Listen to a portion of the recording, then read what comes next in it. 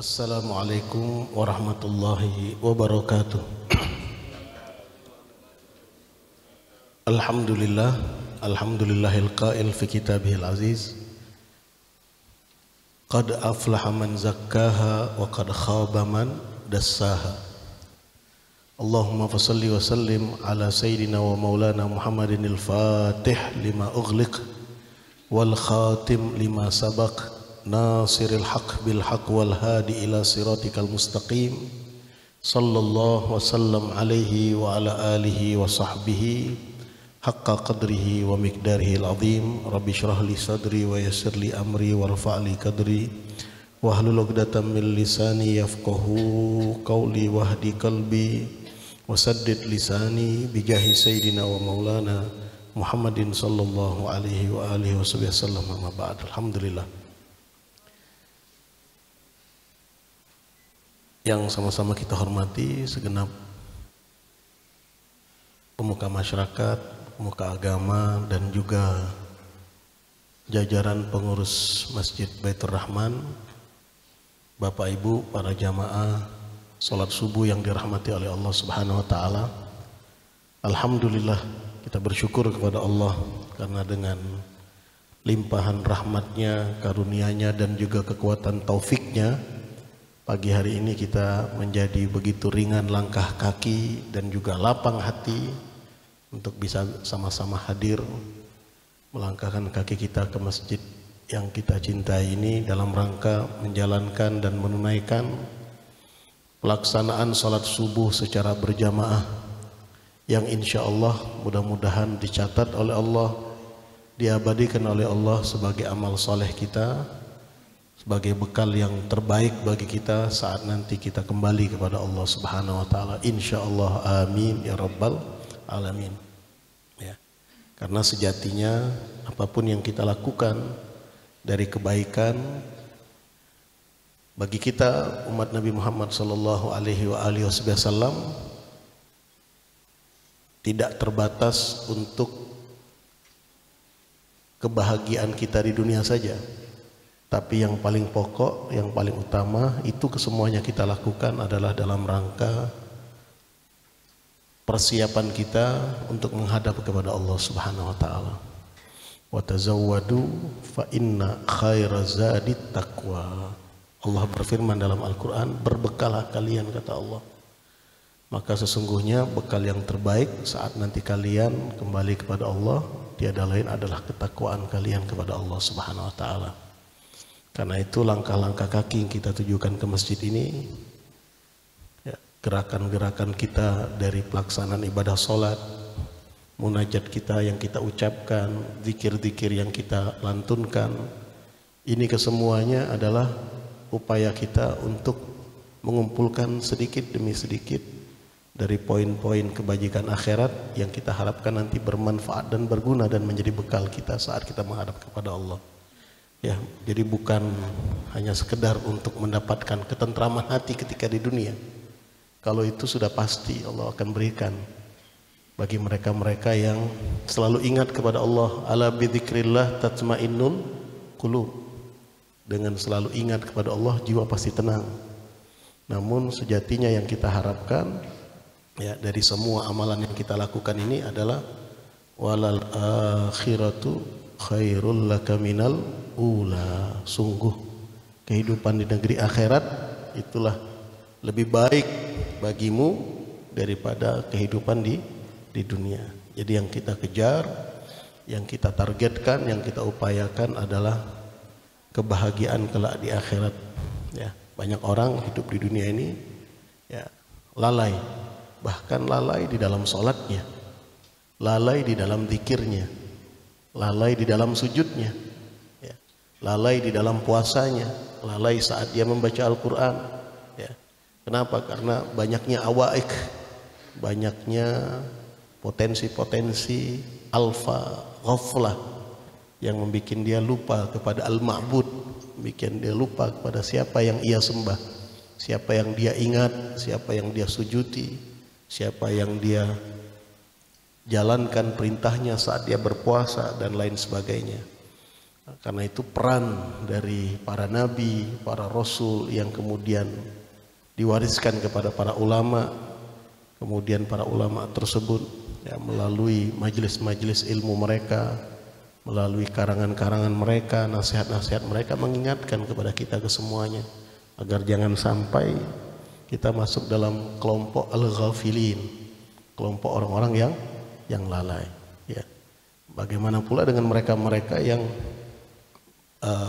berada di dalam medan kelalaian itu sendiri ya, daripada perbuatan dosa, perbuatan maksiat yang pada saat mereka melakukannya tidak ingat sama sekali kepada Allah Subhanahu wa taala. Andai kata mereka ingat, andai kata mereka sadar, andai kata mereka terjaga dari kelalaian mereka, niscaya mereka pasti akan mendekatkan diri kepada Allah. Dan ini yang kemudian kita coba cari ya, ini yang kita upayakan di setiap desah nafas kita, di setiap langkah kaki kita, di setiap sujud kita, di setiap solat kita, di setiap bacaan Al-Quran kita, agar hati kita selalu terhubung kepada Allah Subhanahu wa taala. Karena para jamaah yang dirahmati oleh Allah Subhanahu wa taala ya, beribadah kepada Allah ini tidak hanya melibatkan jasmani saja ya, tidak hanya sekedar melibatkan gerakan-gerakan fisik saja ya. Karena itu di dalam tuntunan agama kita itu ada bahasa yang namanya tazkiyah ya. Nabi SAW punya peran besar di dalam tazkiyah ini dan merupakan bagian dari misi utama beliau. Kalau kita baca dalam ayat Al-Quran itu Allah berfirman, A'udzubillahi minasyaitonirrajim, laqad mannallahu 'alal mu'minina idz ba'atsa fihim rasulan min anfusihim yatlu 'alaihim ayatihi wa yuzakkihim wa yu'allimuhumul kitaba wal hikmata wa in kanu min qablu lafi dhalalim mubin. Sungguh Allah telah memberikan karunia terhadap orang-orang yang beriman, dan inilah hakikat karunia yang sesungguhnya. Hanya manusia-manusia yang dipilih oleh Allah ya. Karena kalau yang diklaim sebagai karunia, sebagai nikmat itu harta, Allah berikan juga kepada yang tidak pernah sujud kepada Allah. Kalau klaim karunia nikmat itu hanya sekedar kesehatan, maka mereka-mereka yang durhaka pun diberikan kesehatan oleh Allah ya. Tetapi hakikat dari karunia itu tatkala idba'atsa fihim rasulan, tatkala Allah utus di kalangan mereka seorang rasul, di kalangan orang-orang yang beriman tadi. Jadi adanya iman inilah hakikat anugerah nikmat yang Allah berikan kepada kita. Karena itu salah seorang ulama besar pada masanya, Habibul Imam Ali bin Muhammad bin Husain al-Habsyi, di dalam lantunan doanya beliau menyatakan dalam munajat beliau, Allahumma kama an'amta alaina bil iman fazidna minhu. Ya Allah, sebagaimana halnya engkau telah berikan aku anugerah iman, tambahkan ya Allah ya. Karena iman ini yazid wa yankus. Di dalam kajian akidah Ahlus Sunnah wal Jamaah, ada kalanya dia melesat naik, tapi ada kalanya juga dia turun volumenya. Yazid bit ta'ah wal ibadah, dia bisa meningkat, melesat tinggi dengan kita selalu meningkatkan ibadah kepada Allah. Tetapi di saat frekuensi ibadah kita menurun, atau na'udzubillah ada sebagian orang yang tidak ibadah sama sekali, pada saat itu dia akan merosot. Pada saat itu dia akan berkurang, bahkan sampai kepada ambang batas. Kalau sudah di ambang batas ini dan terus berlanjut sampai kematiannya, inilah yang dikatakan mati dalam keadaan su'ul khotimah ya. Nah, maka orang-orang yang Allah anugerahkan kepada mereka nikmat iman, sejatinya mereka telah mendapatkan hakikat anugerah dari Allah yang sesungguhnya ya. Sehingga apa yang Allah kemudian berikan dengan sebab keimanan mereka kepada Allah, Allah utus kepada mereka seorang Rasul, yaitu Nabi kita Nabi Muhammad sallallahu alaihi wasallam ya, di mana tugas beliau, misi beliau adalah yatlu alaihim, selalu membacakan kepada orang-orang yang beriman ini ayatihi, ayat-ayatnya. Ya. Dan ini terus dilanjutkan oleh para pewaris-pewaris beliau. Ya, yang tiada lain adalah para ulama, para pendakwah. Ya, di dalam tugas mereka, ya, di dalam kehidupan bermasyarakat selalu membacakan ayat-ayat Allah. Ya. Wa yuzakkihim, dan mensucikan jiwa mereka. Ini yang saya maksud tadi.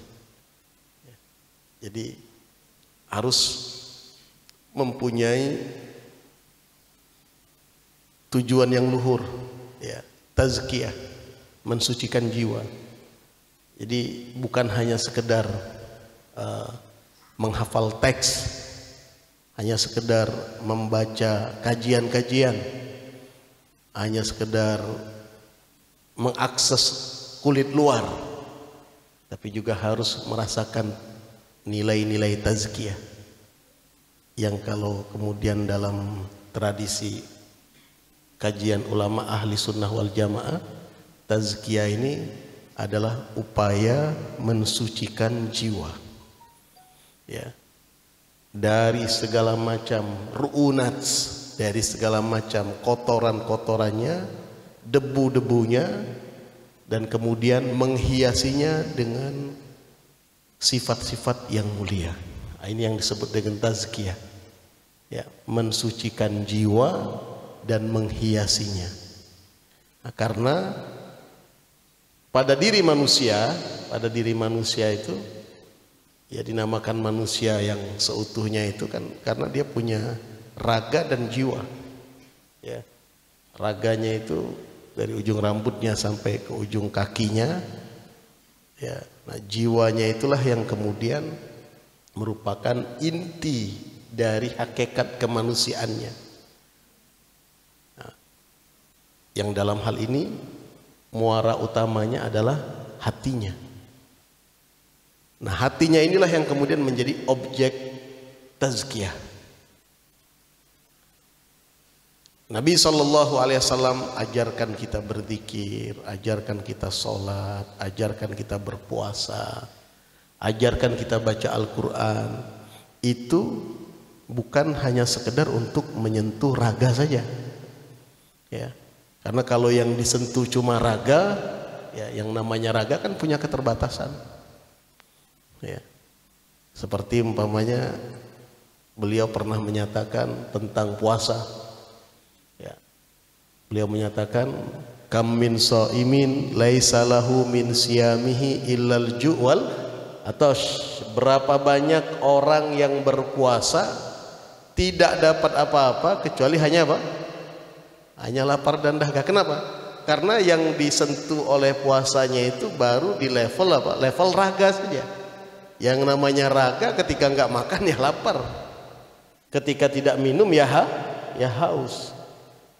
Ya. Karena itu beliau katakan berapa banyak orang yang puasa karena cuma puasa raga yang nggak dapat apa-apa, ya, hanya dapat lapar dan dahaga. Oh, kalau begitu di balik ibadah puasa ini ada sentuhan ke jiwa.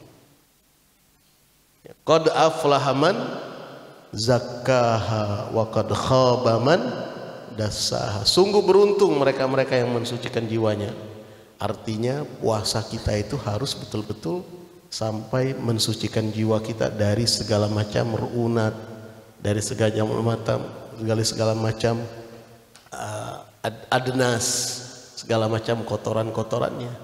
Karena kalau tidak, kita tidak akan pernah bisa mengakses karunia-karunia batin tadi, ya. Tidak akan bisa merasakan, ya, nikmatnya dari segala macam santapan-santapan jiwa yang Allah berikan kepada kita. Kenapa? Karena jiwa kita sakit, ya. Kalau sholat sih sholat bisa, ya, tapi merasakan nikmatnya sholat belum tentu. Ya, tahajud bisa, ya, jiwa raga ini bisa, tapi merasakan nikmatnya sujud belum tentu. Baca Al-Quran dengan suara yang indah bisa, tapi merasakan tentram dan nyaman di setiap ayat-ayat yang dibaca? Belum tentu. Ya. Kenapa? Karena harus ada keseimbangan antara jiwa dan raga ini. Ya, kalau kita ilustrasikan secara sederhana, saya sering kali sampaikan. Ya, kalau raga kita sakit, ya, ada gangguan di raga kita, itu kan nanti berpengaruh tuh ke daya ke kemampuan kita untuk merasakan kelezatan dan kenikmatan yang dirasa oleh raga. Orang demam panas tinggi, raganya sakit, itu tidur susah, nggak enak lagi dia tidur. Makan nggak enak lagi dia makan. Ya, cobalah orang yang lagi sedang sakit parah gitu ya, sakit panas tinggi, ya, itu karena raganya sakit, ya, apa yang dia rasakan dalam keadaan sehat sudah tidak lagi dia rasakan. Tidur sudah nggak nyenyak, dikasih makan makanan yang enak gitu, itu nggak ada lagi yang nyaman di lidahnya. Semuanya rata rasanya. Kalau juang Palembang campak dia, ya, yang manis tawar, yang pahit tawar, yang asin tawar, semuanya sama. Kenapa? Karena dia sakit raganya. Nah, kira-kira ilustrasi sederhananya juga seperti itu, sama. Jiwa juga kalau sakit sama. Ya. Jangan dipikir sholat itu tidak ada rasa, ada rasanya. Nikmatnya ada. Ya. Baca Al-Quran jangan dipikir tidak ada sentuhan kepada cita rasa di dalam jiwa, ada. Ya. Karena itu kita lihat seperti cucu Nabi SAW, Sayyidina Ali Zainal Abidin, ya, ketika beliau sudah masuk di dalam sholat itu, jangankan sholat, waktu beliau berwudu saja muka beliau itu terlihat memerah, kelihatan seperti orang yang gemetar, ya, karena merasakan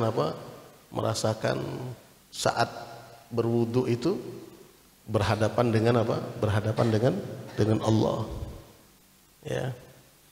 Sampai kemudian kenikmatan yang beliau rasakan di dalam sholat itu membuat beliau berkali-kali melakukan sholat itu dengan nyaman. Kalau di dalam biografi beliau itu dikatakan, wa Ali Zainal Abidin, Imam Ali Zainal Abidin kulla laila alaf rakaah, setiap malam sholatnya sampai 1000 rakaat. Ya, tidak ada lagi berat di jiwa, di raga itu nggak ada lagi. Karena apa? Karena sudah enteng. Ya, sudah ringan. Ini yang kalau dalam bahasa ahli tazkiyah, dalam bahasa kalau orang-orang tasawuf itu sudah hilang taklif, ya, yang kadang-kadang dipahami oleh kalau bertasawuf,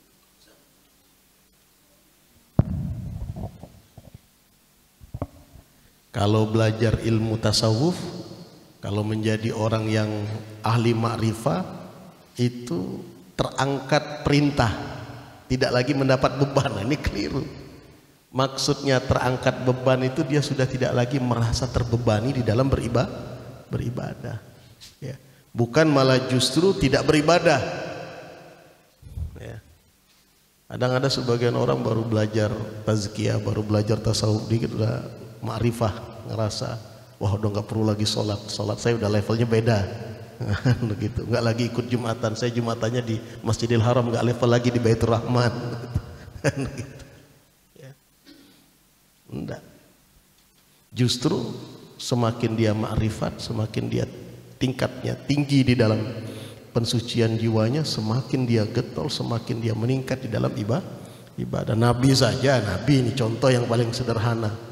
Pimpinan para nabi, pimpinan para rasul, orang yang paling bertakwa, sholat malamnya luar biasa. Tidak ada kemudian syariat itu dicampakkan, tidak ada. Hanya orang-orang yang sakit jiwa saja, ya, hanya orang-orang yang sakit jiwanya yang kemudian mencampakkan syariat. Ya, karena memang yang jadi problem dan jadi masalah itu adalah jiwanya. Qad aflaha man zakkaha wa qad khaba man dassaha. Ya.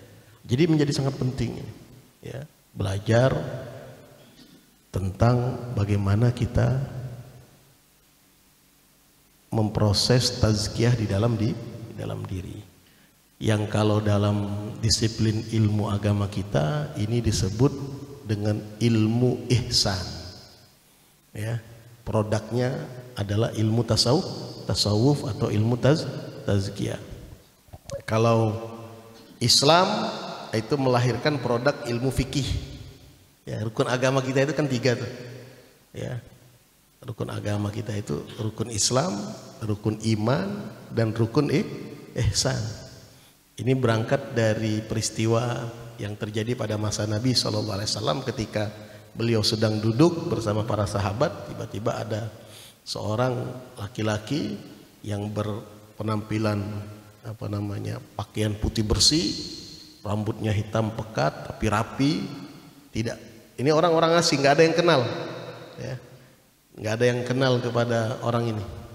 Dibilang penduduk setempat, tidak ada yang kenal. Dibilang musafir, tapi tidak terlihat pada dirinya tanda-tanda bahwa dia melakukan perjalanan yang jauh. Pakaiannya rapi, tidak kusut masai, rambutnya hitam. Ya. Tiba-tiba dia duduk di depan Rasulullah SAW, bertanya dia kepada Rasulullah.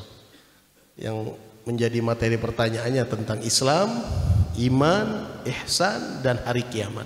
Ada 4 poin. Dijawab semua oleh Rasulullah SAW. Islam itu ya yang kemudian kita kenal dengan rukun Islam. Ada 5. Iman itu yang kenal dengan rukun iman ada 6. Kemudian yang ketiga tentang ihsan. Ya, anta'budallah ka'annaka tara fa illam takun tara fa innahu yara. Engkau ibadati Allah seolah engkau melihat Allah. Kalau engkau tidak sanggup melihat Allah, pastikan Allah melihatmu. Kemudian terakhir berbicara tentang tanda-tanda hari kiamat. Nah, dari pertanyaan ini yang ternyata yang melemparkan pertanyaan ini ketika Nabi tanya kepada para sahabat ketika orang ini pergi, tahu nggak kalian siapa yang tanya tadi? Sahabat nggak ada yang tahu karena mereka semuanya terheran-heran siapa ini orang bertanya tapi kok membenarkan apa yang dijawab oleh Rasulullah. Kata Rasulullah, itulah malaikat Jibril tadi yang datang. Dia datang untuk mengajarkan kepada kalian tentang agama kalian. Apa yang diajarkan? Tentang Islam, iman, ihsan, dan hari kiamat. Nah, Islam ini kemudian lahirlah produknya hukum fikih. Produk dari Islam itu. Ya. Iman lahirlah produknya ilmu akidah atau ilmu tauhid. Nah, kalau ihsan tadi itulah yang kemudian disebut dengan apa? Dengan ilmu tasawuf atau ilmu tazkiyah. Nah, ketiga hal ini tidak bisa dipisah.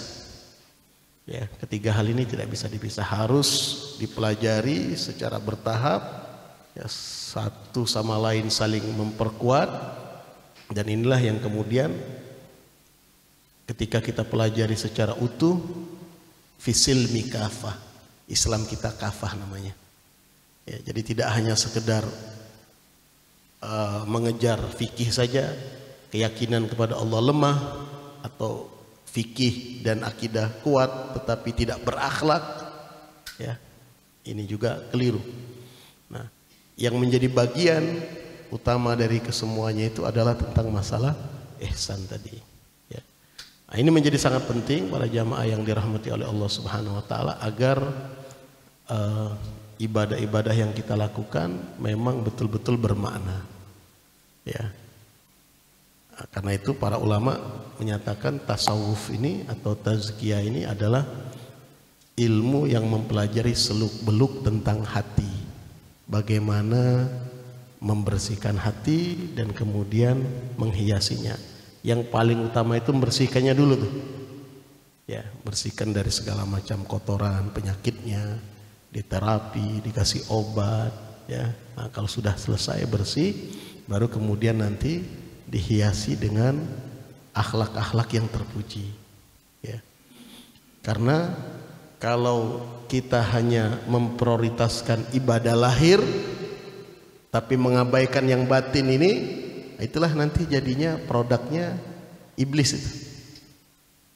Ya. Iblis itu, ya, iblis itu terusir dari surga bukan karena dia seorang kriminal, pelaku kejahatan-kejahatan raga, bukan. Dia bukan pencuri, dia bukan perampok, ya. Dia bukan pembunuh, tidak. Ya. Tetapi dia dikeluarkan, diusir dari surga itu karena kejahatan hatinya. Ya, ini harus menjadi catatan kita ini. Sehingga dinyatakan iblis ini ribuan tahun, ya, dalam riwayat itu dikatakan 1000 tahun, dalam riwayat lain 2000 tahun dia habiskan waktunya untuk ibadah kepada Allah. Bahkan Ibnu Asakir, salah seorang ulama ahli hadis, di dalam kitabnya Tarikh Dimashqi itu beliau sebutkan tidak ada satu jengkal pun tanah di permukaan bumi ini terkecuali pernah digunakan oleh iblis untuk sujud kepada Allah. Dahsyat, luar biasa. Ya. Tapi tadi, ya, ibadahnya hanya ibadah fisik, jiwanya sakit. Ibadahnya itu hanya menyentuh raga, tidak menyentuh jiwa. Ya. Sehingga ketika dia diperintahkan untuk sujud kepada Adam, itu terpancing, terprovokasi itu jiwanya yang sakit tadi. Ya. Kok bisa saya harus sujud kepada Adam? Siapa Adam ini? Ya. Baru dicipta, kalau kita Palembang, anak kemarin sore, budak kecil, baru kemarin diciptakan. Ya. Kalau bahasa Palembang lagi kencing, dia belum lurus. Gitu. Ya. Nak dibandingkan dengan aku. Ya. Kok bisa saya harus sujud kepada dia? Nah, ini yang selama ini, ya, gejolak penyakit ini nggak muncul, nggak kelihatan. Tampilannya, performanya, wah dahsyat, luar biasa sujud. Sampai diangkat sebagai pimpinan malaikat, wah luar biasa. Ternyata stadiumnya sudah tinggi, dokter. Penyakit hatinya ini udah parah betul. Sampai hilang rasa malunya kepada Allah. Sampai akhirnya dia berani lancang, kurang ajar di hadapan Allah. Kan kurang ajar itu, dia bilang, dia memberikan pernyataan itu kan menunjukkan kekurang ajarannya. Orang kalau sudah sakit hati, jiwanya sakit, itu akhirnya kurang ajar. Tanpa dia rasakan. Ya. Berargumen dia di hadapan Allah. Ketika Allah perintahkan, ayo sujud semuanya malaikat. Fasajadu, semuanya sujud. Illa iblis. Kecuali iblis. Iblis nggak mau sujud. Aba wastakbar, enggan dia, nggak mau dia, egonya muncul, penyakitnya keluar, wastakbar, dan dia merasa dirinya hebat, merasa dirinya lebih baik. Sehingga apa argumen dia? Argumennya ya karena yang dia lihat raga, maka dia berargumen dengan raga. Apa? Raga saya kan dari api diciptakan, raga Adam dari tanah. Akhirnya kan banding-bandingannya kan raga. Ya, banding-bandingannya raga. Ya, kalau kita sekarang, ya, kendaraan saya lebih bagus, rumah saya lebih mewah, fisik saya lebih muda, titel lebih tinggi. Siapa ini orang? Kan begitu. Ya, ibadah saya lebih banyak. Artinya yang bermain tuh raga di situ. Aba wastakbar. Adam diciptakan dari apa? Dari tanah. Jadi yang jadi hitungannya secara matematis tadi, hitungannya adalah raga. Ya. Nah, sampai akhirnya pada satu kesimpulan pendek, dia ambil kesimpulan instan, ana khairun minhu. Ya Allah, enggak mau aku lebih baik dari dia. Ya, membangkang, berani dia di hadapan Allah. Di hadapan Allah dia katakan ana khairun minhu. Aku lebih baik dari dia. Lupa dia itu. Dia sedang berhadapan dengan siapa? Ya, yang dia ajak berargumen ini siapa? Ya, ibarat staf di sebuah instansi salah berargumen ngelawan ownernya. Ya. Diketawain sama ownernya, sudah langsung catat, pecat, keluar. Ana khairun minhu, saya lebih baik dari dia. Cuman orang kalau sudah jiwanya sakit, ya maka yang paling menonjol itu adalah kelancangan. Ya, dia lancang, dia kurang ajar itu tidak merasa lagi sudah. Ya, karena dia merasa dirinya hebat, merasa dirinya luar biasa, lupa. Kalau yang menyuruh dia sujud kepada Adam, dialah Allah yang telah memberikan kekuatan dia untuk sujud kepadanya. Ya. Dialah Allah yang selama ini dia ibadati. Oh, berarti taatnya dia, ibadahnya dia, sujudnya dia selama ini palsu. Dia sebenarnya sujud untuk dirinya sendiri, untuk meningkatkan meningkatkan nama baiknya, untuk mendapatkan pujian, untuk meningkatkan status sosialnya, bukan untuk Allah. Kalau untuk Allah nggak ada. Malaikat begitu kan, malaikat nggak ada kepentingan malaikat itu ibadah. Ya. Ibadullahi mukramun, malaikat itu hamba Allah yang mulia, nggak ada kepentingan dalam ibadahnya. Ingin dipuji, ingin diangkat, naik derajat, nggak ada. Pokoknya ibadah saja kepada Allah. Nggak ada kepentingan apa-apa. Tapi kalau iblis tadi ada kepentingan dia. Ya, saya harus jadi pimpinan malaikat, saya harus jadi manusia, jadi makhluk yang paling ahli ibadah, biar tercatat nanti ya di dalam sejarah kehidupan saya, kan begitu, sebagai orang yang hebat, biar anak cucu saya semuanya mengenang saya, tahu saya. Nah, yang seperti ini akhirnya menjatuhkan harkat dan martabatnya. Ini catatan kecil saja yang paling sederhana. Kalau yang kita prioritaskan di dalam hidup di dunia ini hanya raga, bahkan dalam kebaikan, ya, bahkan dalam kebaikan, maka itulah yang akan membuat kita menjadi rendah. Karena itu tidak bisa dipisahkan, ya, antara raga kita dengan jiwa. Oh, Ustaz, kalau begitu, ya, tidak perlu lagi kita nih ibadah, yang penting hati baik. Nah, ada lagi model yang ini nih, ada juga, ya, ada yang model seperti ini ada, ya. Penampilan kan nggak perlu lah, performa ahli ibadah nggak harus kita banyak ke masjid, nggak harus kita banyak sholat. Yang penting kan hati kita selamat, hati kita sehat, ya. Nah, kesehatan, kejernihan hati juga ditunjukkan dengan apa? Dengan ketaatan kita, kepatuhan kita kepada syariat. Ya, jadi itu imbang, harus imbang. Karena itu di dalam menjalankan agama ini perlu ada instruktur, itu perlu ada pembimbing, itu perlu, ya, perlu, ya. Dan ini cerminan ini kan digambarkan Nabi saja sebagai seorang pimpinan Nabi dan Rasul, ya, beliau pun mendapatkan instruktur malaikat Jibril. Meskipun kalau ditanya siapa yang lebih utama, kita mutlak bahwa Nabi Muhammad lebih utama dari malaikat Jibril.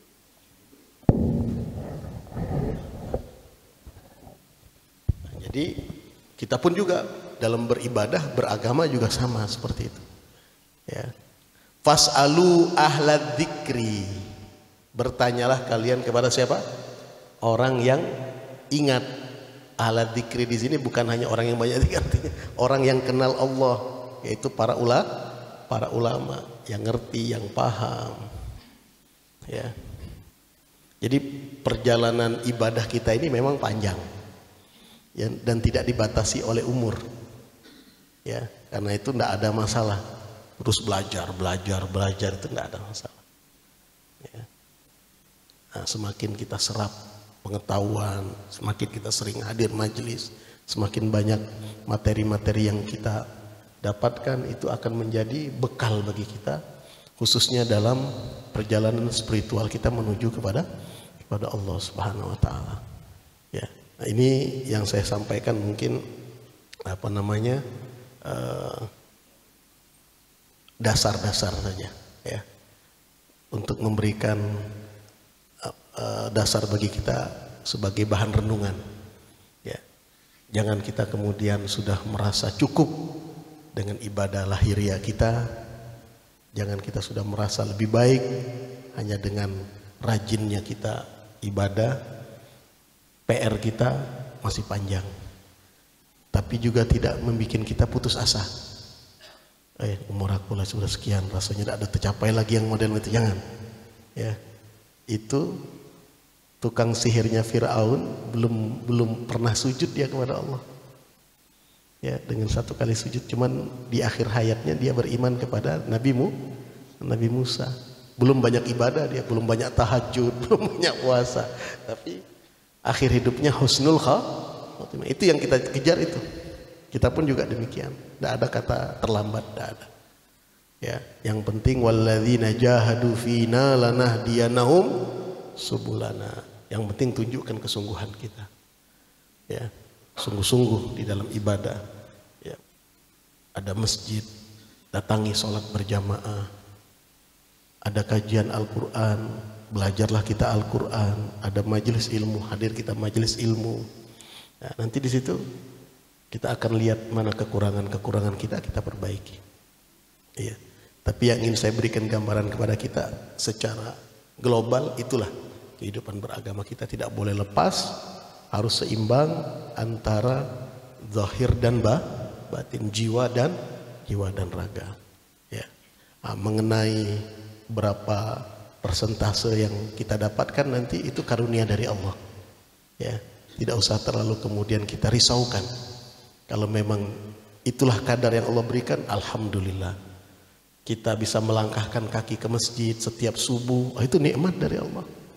Ya, kita bisa mendengarkan lantunan ayat suci Al-Quran, membacanya tadarusan, itu nikmat dari Allah. Nah, tinggal bagaimana kita jadikan semuanya itu berkualitas, bernilai. Kita hadirkan jiwa, ya, kita hadirkan hati di setiap aspek ibadah yang kita lakukan kepada Allah Subhanahu wa taala. Mudah-mudahan dengan ini insya Allah saat nanti kita kembali kepada Allah, kita kembali dalam keadaan yang betul-betul mendapatkan ridha dari Allah. Ya ayyatuhan nafsul mutmainnah irji'i ila rabbiki radiyatan mardiyah fadkhuli fi ibadi wadkhuli jannati. Ya. Nah, mungkin ini sekedar prolog pengantar saja. Ya, mudah-mudahan Allah Subhanahu wa taala menjadikan apa yang kami sampaikan ini sebagai bahan renungan untuk kita masing-masing, dan mudah-mudahan kita kesemuanya insya Allah diberikan kekuatan hidayah, kekuatan taufik dari Allah Subhanahu wa taala memanfaatkan sisa-sisa umur kita untuk mengumpulkan bekal yang terbaik saat kita nanti kembali kepada Allah Subhanahu wa taala. Ini saja yang bisa kami sampaikan, mudah-mudahan bermanfaat. Wabillahi taufiq wal hidayah. Walafu minkum jami'an. Wassalamualaikum warahmatullahi wabarakatuh.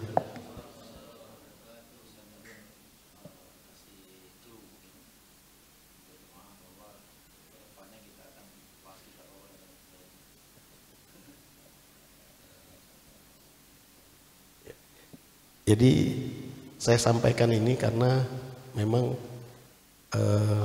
materi masalah tazkiyah ini di satu sisi kebutuhan ya di masyarakat modern sekarang ini, tapi di satu sisi yang lain banyak juga yang kemudian ya ibarat orang berobat ke dokter nggak pakai resep ya, sehingga akhirnya banyak yang kelimpungan, jiwa yang kosong akhirnya diisi dengan dengan hal-hal yang tidak sesuai ya. Sehingga akhirnya terjadilah banyak banyak penyimpangan ya. Nah, karena itu kalau yang saya sampaikan tadi ini sangat mendasar ya. Nah, tinggal nanti kita perlu panduan lah ya, istilahnya panduan untuk memahaminya secara utuh apa saja materi-materi yang perlu kita sampaikan. Banyak sebenarnya kitab-kitab, kalau kitab yang sering kita baca itu ada namanya kitab Risalatul Mu'awanah karya Sahibur Ratib Al-Habibul Imam Al-Qutub Abdullah bin Alawi Al-Haddad ya. Itu berbicara tentang, jadi ketika berbicara tentang fikih, berbicara tentang keyakinan, itu dilibatkan juga masalah hati. Ya. Karena kalau kita mau sesuai dengan anak tangganya, rasanya dengan umur kita ini tidak ada sampai lagi. Ya. Karena kalau ulama-ulama dulu itu belajar kan dari dasar tuh, dari fikih, nanti sudah fikih semuanya. Nah, itu dihiasi dengan tasawufnya, dengan akidah, dengan keyakinannya, dengan upaya pembersihan jiwa. Nah, kalau kita sekarang ilmu terapan saja sudah. Ya, bagaimana ketika kita sholat kita benar secara hukum, tapi juga kemudian kita hiasi juga dengan ruh daripada sholat itu sendiri. Nah, itu bisa kita dapati insyaallah di dalam kitab Risalatul Mu'awanah. Ya, mungkin kalau nanti ada waktu suatu saat ya kita akan luangkan waktu belajar kitab itu. Kalau dengan siapa namanya, Habib Ahmad, kitab apa? Al-Hikam, ya. Itu kajian-kajian tazkiyah semua, ya. Dengan Habib Kamil, ya. Nasaidiniyah. Sama sebenarnya, materi-materinya sama. Tinggal mungkin materi penyampaiannya saja. Karena yang paling dasar itu kadang-kadang ketika kita belajar masalah tazkiyah, masalah tasawuf ini kita melangit, lupa meletakkan menapakkan kaki di bumi. Ya. Yang benar itu tapakkan kaki kita di bumi, kita lihat ke depan, ya, jiwa kita jiwa ukhrawi, jiwa surgawi.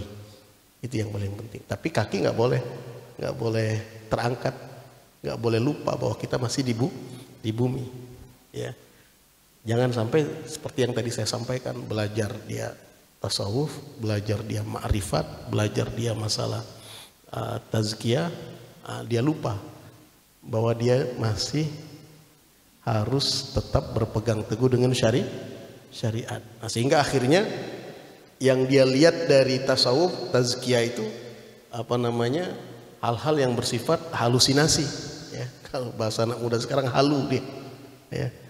Pangkat nak jadi wali, ya, nak ketemu Nabi Khidir, mana supaya hebat, ya, ketika doa diijabah, tanah bisa jadi emas. Nah, yang model-model seperti ini lupa kepada tujuan awal. Ya, yang benar itu harus kuatkan tapakan kita di bumi, ya, dan hati kita terus bertahap untuk selalu tersambung kepada Allah. Ya, karena itu tadi saya sampaikan, Nabi Muhammad saja, pimpinan para nabi, pimpinan para rasul, itu ibadah beliau nggak kurang-kurang.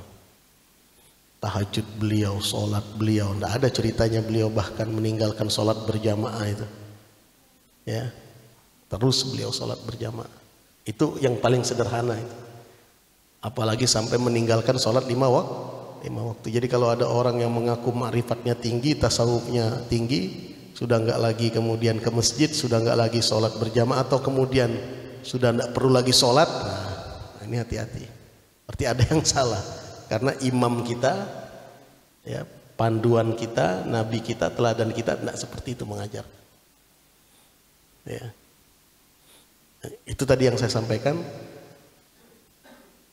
Lupa kepada tujuan awal. Karena tasawuf, tazkiyah itu di sini. Upaya pembersihan jiwa. Nah, bagaimana dikatakan membersihkan jiwa kalau kemudian malah meninggalkan syariat? Ya. Kita lihat nantilah apa yang perlu. Karena saya lihat materinya, kurikulumnya udah bagus di masjid kita ini, ya. Yang diajarkan oleh Habib Ahmad, diajarkan oleh Habib Kamil, udah luar biasa kitab-kitabnya. Ya. Ya, mungkin kalau saya mungkin sekedar ngasih motivasi saja, penyemangat. Ya. Nah, silakan ada yang mau bertanya.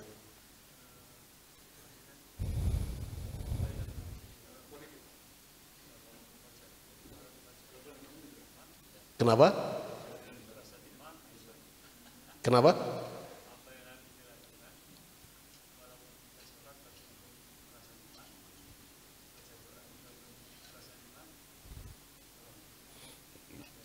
Jangan memadamkan ruh perjuangan. Ruh tetap berjuang.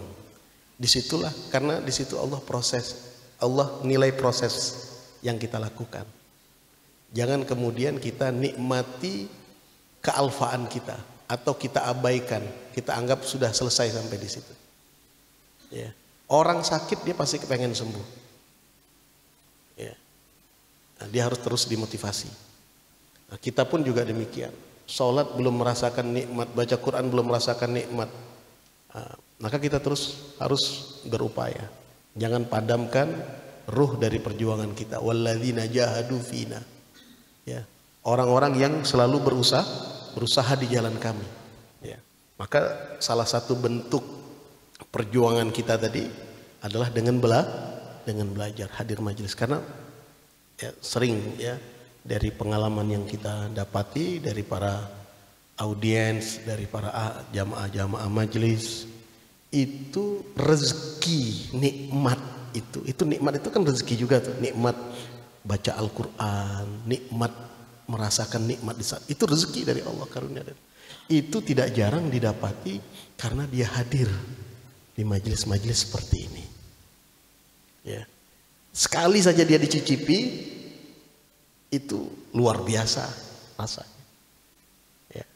Seperti kalau kita makan ketemu makanan enak gitu, nggak lupa-lupa lagi tuh, kepengen terus.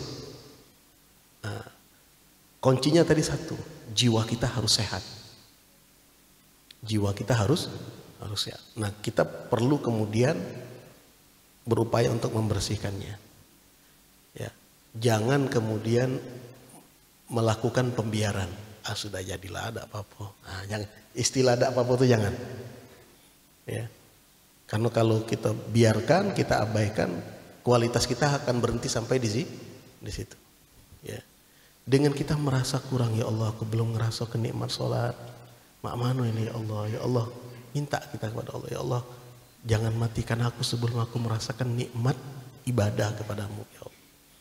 Ya, jangan tutup usiaku kecuali aku sudah merasakan nikmat membaca Al-Quran, nikmat sujud di hadapanmu ya Allah. Itu masuk dalam kategori mujahadah kita, upaya kita. Karena bentuk upaya itu kan macam-macam. Jadi antaranya tadi belajar, terus belajar tidak. Dan upaya juga ikhtiar kita yang paling utama juga adalah mohon dan berdoa kepada Allah. Jadi sudah tidak levelnya lagi orang-orang seperti kita ini, ya. Kalau sudah tahu ilmu ini, paham ilmu ini, doanya cuma sebatas raga saja, ya Allah, ya. Beri saya pangkat, ya Allah, kepengen rumah bagus, ya Allah, supaya lulus ujian ini, supaya ini itu dan lain. Itu sudah ada level lagi, ya. Ya, sudah harus berpikir mintanya itu harus dirubah, ya. Seleranya, cita rasanya juga sudah harus meningkat, ya Allah. Sudah terlalu lama saya hidup di dunia ini ibadah, belum merasakan nikmat sujud, ya Allah, cicipkan aku nikmat sujud, ya Allah. Minta, ya. Dan tidak mustahil Allah akan kasih. Dan kalau sudah Allah kasih, ada saja jalannya. Ya, dipertemukan kita dengan orang-orang yang ahli sujud, dipertemukan dengan orang-orang yang sudah kenal kepada Allah, ya. Dan yang seperti ini, ya, kalau Allah sudah berikan, ya, itu tidak ada bila kaif, tidak ada istilah mak manonya sudah, ya. Nah, karena itu tadi saya katakan jangan padamkan api perjuangan. Minta bentuk perjuangan tadi paling tidak dua, terus belajar, dan yang kedua terus berdoa, ya. Karena itulah yang bisa kita lakukan, ya. Kalau nak ke pesantren lagi rasanya tidak mungkin. Nak ngulang lagi, karena itu ada istilah, kalau kita di pesantren itu ada pepatah Arab, laitas syababu yaudu yauman, alangkah indahnya masa muda balik lagi, kan itu. Cuman angan-angan, Bay, ya, supaya aku bisa berikan berita, ya, tentang bagaimana indahnya masa muda itu. Ya, ternyata dari apa yang kita rasakan, tapi yang sudah berlalu sudah. Tidak perlu kemudian disesali terlalu berlebihan. Nikmati yang ada sekarang. Manfaatkan, optimalkan yang ada. Ya sudah Allah berikan sekarang, alhamdulillah. masih bisa diberikan umur, masih bisa pergi ke masjid, masih bisa hadir majelis, masih bisa melangkahkan kaki untuk beribadah, masih bisa bangun malam. Oh, itu nikmat dari Allah. Ya, nikmat dari Allah. Tinggal kita terus tidak putus untuk berupaya. Upaya yang tadi dua, terus belajar, kemudian yang kedua, terus munajat dan berdoa kepada Allah. Ya. Wallahu a'lam. Ya. Waalaikumsalam warahmatullahi.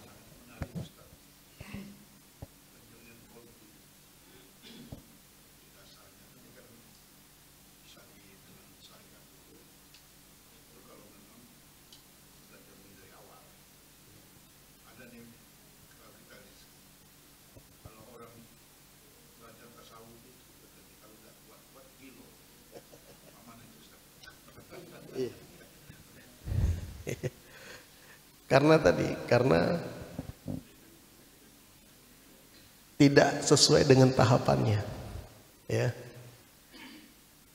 Dokter aja kan spesialis kan belajar dulu dasar ilmu kedokteran, nggak langsung. Kalau tidak ya sama begitu. Ya, tasawuf itu yang paling dasar masalah hati. Jadi nyiapkan wadah. Jadi kalau kita ilustrasikan gelas ini kalau kita ingin merasakan, ini isinya air putih. Kalau kita ingin merasakan tawarnya, murninya, nikmatnya air putih hangat itu, maka gelas ini harus kita bersihkan. Kalau gelas lamo kita simpan berdebuan, kita langsung banyu putih, tidak kita bersihkan, banyu putih itu berasanya tidak lemak. Nah, kita kira-kira itulah ilustrasi sederhananya. Maka yang paling utama sangat mendasar itu bagaimana kita membersihkan jiwa, ya. Dan itu ada tahapan-tahapannya. Jadi mengenali diri, ya, mengenali diri. Nah, dari situ nanti kemudian diisi, ya. Tapi kalau kemudian tiba-tiba langsung diisi, itu yang tadi gilo tadi, langsung, ya, tidak belajar syariat, ya, tidak ada bimbingan, tiba-tiba dapat mimpi, baru pergi ke masjid seminggu 2 minggu, langsung tidak ada keluar lagi, khalwat dia. Khalwat keluar langsung, aku ketemu malaikat. Malaikat ngomong ke aku ini nabi. Nah sudah, jadi ngaku nabi. Langsung. Karena itu ada guru saya di waktu kita belajar itu, beliau bilang, ya, kalau negara Timur Tengah itu produk nabinya banyak, ya. Tapi di Indonesia hebat, bukan sekedar nabi yang diproduk di situ. Malaikat Jibril juga ada, Tuhan pun juga ada. Ya, nabi palsu, malaikat Jibril palsu. Karena apa? Karena memang kita di Indonesia ini, ya, ibarat orang pasar yang empuk, ya. Bukan hanya sekedar komoditas duniawi, komoditas ukhrawi pun, apa saja yang dijual walaupun sesat banyak pembelinya, banyak pembelinya. Ajaran sesat itu banyak, menyimpang, yang beli banyak, yang melok banyak. Nah, karena itu nak pintar-pintar kita, ya, nak pintar-pintar. Nah, jangan sampai kita terbawa. Jadi kalau nyingok kawan sudah mulai agak nyimpang, diingatkan, fadzakir fa dzikra tanfa'ul mu'minin. Kita itu sederhana saja, jalankan tuntunan Rasulullah. Ukurannya hadiri sholat berjamaah, ya. Jadi kalau sudah ada lagi nyaman dia berjamaah, ngerasa diri dia lebih baik, sudah ada lagi bagus yang lain, yang diri aku paling bagus, yang lain sesat, itu sudah tanda tidak benar sudah. Ya, tanda tidak benar. Ya, apalagi sampai mengklaim dirinya yang terbaik, yang lain neraka, dirinya surga. Nah, itu sama dengan iblis tadi, sama itu. Ya. Nah, berarti ada problem, masalah di jiwa. Jadi wadahnya sekarang ini, Ustaz, mak mana umur aku kalau tidak ada bersih-bersih, tidak ada masalah. Karena yang Allah lihat perjuangan kita. Proses itu yang Allah nilai. Andai kata, ya, Ya, yang dijadikan pahlawan itu kan, dianggap pahlawan itu kan tidak harus jenderal itu ketika dia mati dalam perang. Bisa saja dia prajurit mati belum sampai jenderal, pahlawan dia disebut karena dia berjuang. Kan begitu. Dia berjuang apa tidak? Banyak yang sudah jenderal malah berkhianat. Kan begitu. Ya. Nah, kita pun juga sama. Jangan tergoda dengan pangkat saya mau jadi wali kutub, mau jadi wali yang paling tinggi, ya, mau levelnya paling makrifat. Ya, jangan. Perjuangkan dulu yang paling dasar, bersihkan hati. Dalam upaya membersihkan hati ini kemudian umur kita tidak sampai, Allah catat kita meninggal dalam keadaan berjuang membersihkan hati. Itu yang paling utama. Ya. Walaupun di level yang paling rendah, tapi yang Allah nilai perjuangan. Walladzina jahadu fina. Ingat ayat itu. Dan mereka orang-orang yang berjuang di jalan kami. Lanahdiyanahum subulana. Pasti. Nah, Allah berikan jawaban pasti. Kami akan bimbing mereka. Jalan-jalan mereka itu pasti akan dibimbing oleh Allah. Jalan di dunia maupun jalan di akhirat. Ya, karena itu guru kami mengatakan, Habib Zain bin Sumit itu beliau mengatakan kalau ada orang waktu dia hidup di dunia, santri mencoba untuk menghafal Quran, tapi sebelum sempat menghafal Quran sudah meninggal duluan. Ya, tapi semangat dia menghafal Quran. Ya, nanti di alam kuburnya, ya, di alam kuburnya nanti dia akan mendapatkan pangkat, ya, karena ada niat di dalam hati tadi berjuang, dibangkitkan tiba-tiba di hari kiamat sebagai orang yang ahlul Quran. Ada niat ini tidak ada yang batasi, perjuangan itu tidak ada yang batasi. Ya, itu ruh di dalam kehidupan. Tapi kalau sudah tidak mau lagi berjuang, malas, sudah. Ini orang mati sebelum mati dia. Al-kasal huwal maut. Ya, pemalas itu adalah kematian sebelum kematian yang sesungguhnya. Ya, wallahu a'lam bishawab. Sudah waktunya. Mudah-mudahan insyaallah kita diberikan oleh Allah Subhanahu wa taala kekuatan taufik dan hidayah. Allah Subhanahu wa taala jadikan kita kesemuanya mendapatkan kenikmatan, kelezatan di dalam taat dan ibadah kepada Allah Subhanahu wa taala. Jaga Islam dan iman kita sampai akhir hayat kita sehingga kita wafat dalam keadaan husnul khatimah. Allahumma ya man waffaqa ahlal khair lil khairi wa anahum alaih. Wafiqna lil khair wa inna alaihi Allahumma kama an'amta alaina bil Islam fazidna minhu wa kama an'amta alaina bil iman fazidna minhu wa kama an'amta alaina bil afiyah fazidna minha wa kama an'amta alaina bil umur fabarik lana fihi ya rabbal alamin. Wa sallallahu ala sayyidina wa maulana Muhammad wa alihi wa sahbihi wasallam walhamdulillahi rabbil alamin. Taqabbalallahu minkum inna wa minkum taqabbal ya karim. Assalamualaikum warahmatullahi wabarakatuh.